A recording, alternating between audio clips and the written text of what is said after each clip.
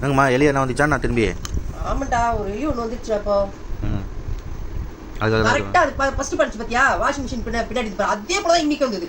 ஏற்கனவே ஒரு மிஷின் ஒன்று வாங்கினேங்க நானே. வாங்கி ஒரு 3வது நாளே அந்த ஊருக்கு போயிருந்தோம். ஊருக்கு போயிட்டு வந்து பார்த்தா அது உள்ள அந்த தர்மாக்கோல் ஒயர் கேர் எல்லாம் தனித்தனியாக கிடந்தது கீழே. என்னடா மிஷினை இழுத்துட்டு பார்க்குறேன், எலி வந்து புரிஞ்சு மிஷின் உள்ளே புகுந்து கடிச்சிடுது.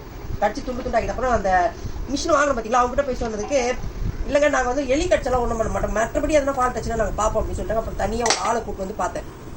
பண்ணி கொடுத்தாரு. ஒரு 4-5 மாதம் ஓட்டினேன். அதுக்கப்புறம் அது கொஞ்சம் ஷாக் அடிக்க ஆரம்பிச்சிது. இந்த மாதிரி ஷாக் அடிக்குதுன்னு சொன்னேன். அவர் வந்து இல்லைக்கா அது ரொம்ப ஒயர்லாம் கடிச்சிட்டு இருக்குக்கா அப்படின்னு சொன்னார். சரி நான் அதை போட்டு இப்போ புதுசாக மிஷின் 2 மாதம் தான் அது வாங்கிட்டு வந்து பார்த்தா இன்னைக்கு வந்து பார்க்குறேன் எலி அது பின்னாடி இருக்குது. போனேன் அந்த வில்லனை பிடிக்கிறதுக்காக இன்னைக்கு போய் எலி போன வாங்கிட்டு வந்துட்டேன். ஆனால் சாவடிக்கலாம் மாட்டேங்க நான், பாவம். அது எடுத்துமே அங்கே குப்பை தொட்டிக்குது, அங்கே எடுத்துமே விட்டுட்டு வந்துடுவேன். கருவாடு கூட வாங்கிட்டு வந்துட்டேன் பாருங்க. கருவாடு தான் இப்போ வச்சுங்க. பயமா இருக்குது வைக்கிறதுக்கு, கையில் அடிக்குது பட்டார் பட்டார்னு வச்சுட்டேன்.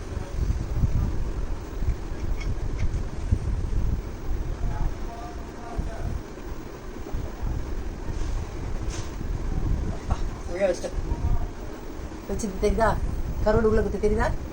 அப்படியே என்ன பண்ணேன், இந்த தோசைகள் பார்த்தேன். எனக்கு ரொம்ப நாள் ஆசை இந்த தோசைகள் வாங்கணும்னு சொல்லிட்டு. நம்ம வீட்டில் இருக்குது தோசைகள் 2 இருக்குது. இதை பார்த்தோன்னே இது ஒரு ஆசை வந்துட்டு எல்லாம் வச்சுருக்காங்களே சொல்லிட்டு நானும் ஒன்று வாங்கிட்டு வந்தேன். 480 ரூபா. நல்லா இருக்குதா? நல்லா பெரிய கல். எவ்வளோ பெரிய கல் பார்த்தீங்களா? பெரிய தோசையாக ஊற்றி நான் உங்களுக்கு தரேன். என்ன பாய்.